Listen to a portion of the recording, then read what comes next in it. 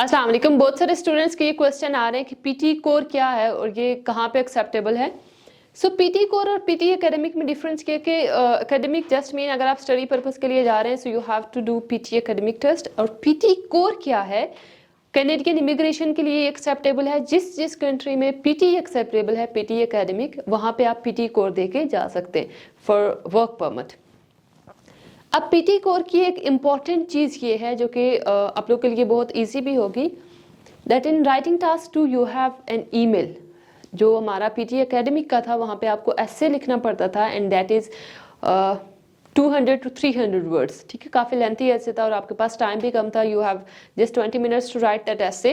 लेकिन अगर आप अब वर्क परमिट के लिए जा रहे हैं, you have to select PT core. ठीक है, पीटी कोर आप सेलेक्ट करें, ये बहुत आसान है as compare to PT academic training. Okay, in PT course there are three core sections. Number 1, speaking and writing. Number 2, you have reading, and the number 3 is listening. अब जो हमारे पास अगर बात करें PT academic training की, आपके पास 3 sections थे. Number 1 is speaking. After that you have writing, reading, listening. लेकिन यहाँ पे अब क्या हो गया, they have combined first 2 sections. Speaking और राइटिंग आपका कंबाइन हो गया। कंबाइन कैसे हो गया, स्पीकिंग आपकी ऑलमोस्ट सेम है बट रिटन लेक्चर का जो सेक्शन है उसको रिमूव कर दिया गया। ठीक है, वहाँ उसकी जगह पे एक न्यू एडिशन आई है, क्वेश्चन आया, वो मैं आपको सेपरेट वीडियो में बताऊंगी। Okay, in writing first is summarize written text and the other one is email. यहाँ पे आपके पास है ईमेल, बट ये जो चीज़ है स्पीकिंग एंड राइटिंग, ये आपका एक मॉड्यूल है। This is just one module. ये सेपरेट नहीं है कि आप पहले स्पीकिंग करेंगे देन राइटिंग करेंगे। ये कंप्लीट आपको एक ही सेक्शन में करना पड़ेगा। And after that we have reading and listening. अब ईमेल राइटिंग क्या है, writing task 2, you have to write an email around 100 words. Around 100 words mean it shouldn't be less than 50 words and it shouldn't be more than 120 words. 50 से कम नहीं होने चाहिए and 120 words से ज़्यादा नहीं होने चाहिए. So you can write around 100 words.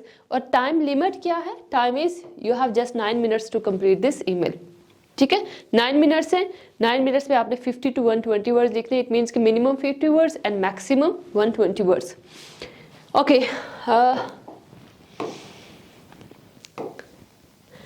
These are some common examples that how you can start your email. First thing is you should start your email with dear. ठीक है, dear के बाद आप सर लिखते हैं, मैडम लिखते हैं. It depends on email के किस तरह की आप email लिख रहे हैं. email में भी obviously categories है, just like letter के formal email है, informal email है या semi formal email है. ठीक है, it depends on the structure. And then we have some common statements that you can use in emails. I hope this email finds you well. ठीक है, ये starters आप इनको कह सकते हैं. ठीक है, कि आप email को start कैसे करेंगे. Thank you for your prompt response.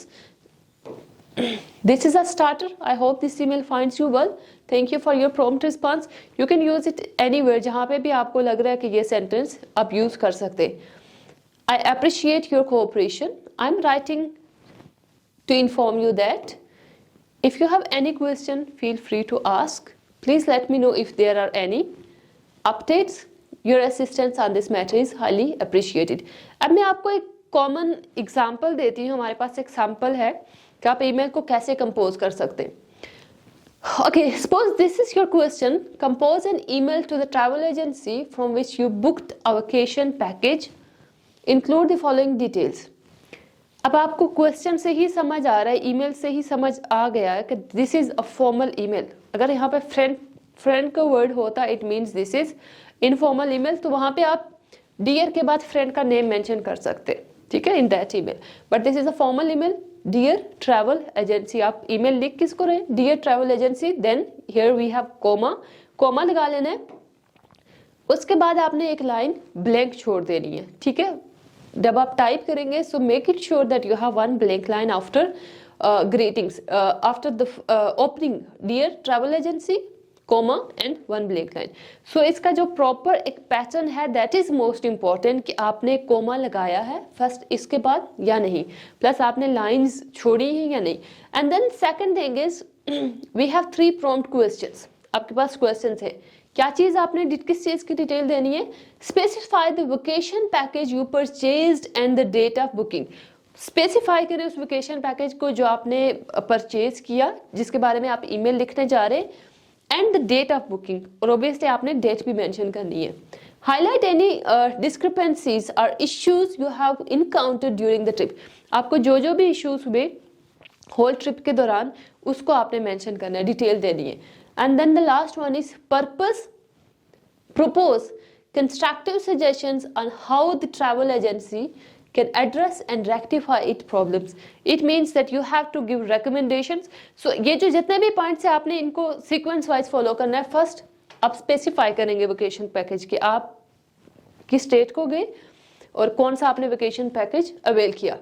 Another second paragraph is कि आपने रीजंस देनी है, आपने बताना है कि आपके साथ क्या इश्यूज हुए। And the last one is recommendation. आपने इसी सीक्वेंस को फॉलो करते हुए अपनी ईमेल को टाइप करना है। Okay, here we have comma, one blank line. I hope this message finds you well. Greeting, one greeting line आपने लिखनी है, एक सेंटेंस लिखना है। I'm writing to address concerns. अब देखिए again आप रीजन दे रहे हैं why you are writing, यहाँ पे आपने why, आप लिख क्यों रहे, क्या रीजन है, ठीक है। Regarding my recent vacation package booking, क्या आपने डिटेल दी for trip to Lahore purchase on January 15, क्योंकि उसने मेंशन किया कि mention the date, exact date, और आपने जो एग्जैक्ट पैकेज अवेल किया उसको भी मेंशन करें। आपने ये मेंशन किया package and date. Second one is कि आपके साथ क्या इश्यूज हुए वहां पे। Here, regrettably, the trip has not met the expectations set by issues, schedule, deviations affected. आप इसमें इस पैराग्राफ में आपने कंप्लीट डिटेल्स दी अपनी जो आपके साथ इश्यूज हुए। And then the last one is question में अगर आप जाएं तो आपसे रिकमेंडेशंस मांग रहे हैं कि you can give some recommendations as well. So आपने लास्ट पैराग्राफ में रिकमेंडेशंस दी और प्रॉपर ईमेल को फिर क्लोज करना है। You can write thinking these are the closing lines, I appreciate your attention to this matter और anything you can write here. कोई भी एक क्लोजिंग स्टेटमेंट लिख सकते हैं, वो हमारे पास ऑलरेडी आपको प्रोवाइड की जाएंगी, पीडीएफ फॉर्मेट में भी है, plus we have different material. And the last one is यहाँ पे आपने अपनी सेंटेंस को फिनिश कर लिया, आपकी बात खत्म हो गई। देन अगर आप यूर सिंसियरली लिखना चाहते हैं, it doesn't matter, but mostly वो लेटर में होता है। इट्स बेटर क्योंकि हम ईमेल लिख रहे हैं। थैंक यू के बाद कोई भी स्पेस नहीं होनी चाहिए। And right your name here, अपने नेम के बाद आपने फुल स्टॉप कोमा कुछ भी नहीं लगाना। थैंक यू मेंशन किया, कोमा एंड योर नेम, इन दोनों के दरमियान स्पेस नहीं होनी चाहिए, ठीक है। स्पेस आपकी होगी बिटवीन पैराग्राफ्स। हमें समझ आए कि that this is opening paragraph, in this paragraph you are providing reason and the last one is you are providing recommendations. जो क्वेश्चन होगा उसके जो प्रॉम्प्ट क्वेश्चन है उन्हीं के अकॉर्डिंग आपने अपनी ईमेल को कंपोज करना है। So this is all about PT core writing task 2। मिलते हैं इंशाल्लाह हमारी नेक्स्ट वीडियो में। Thank you so much, Allah Hafiz.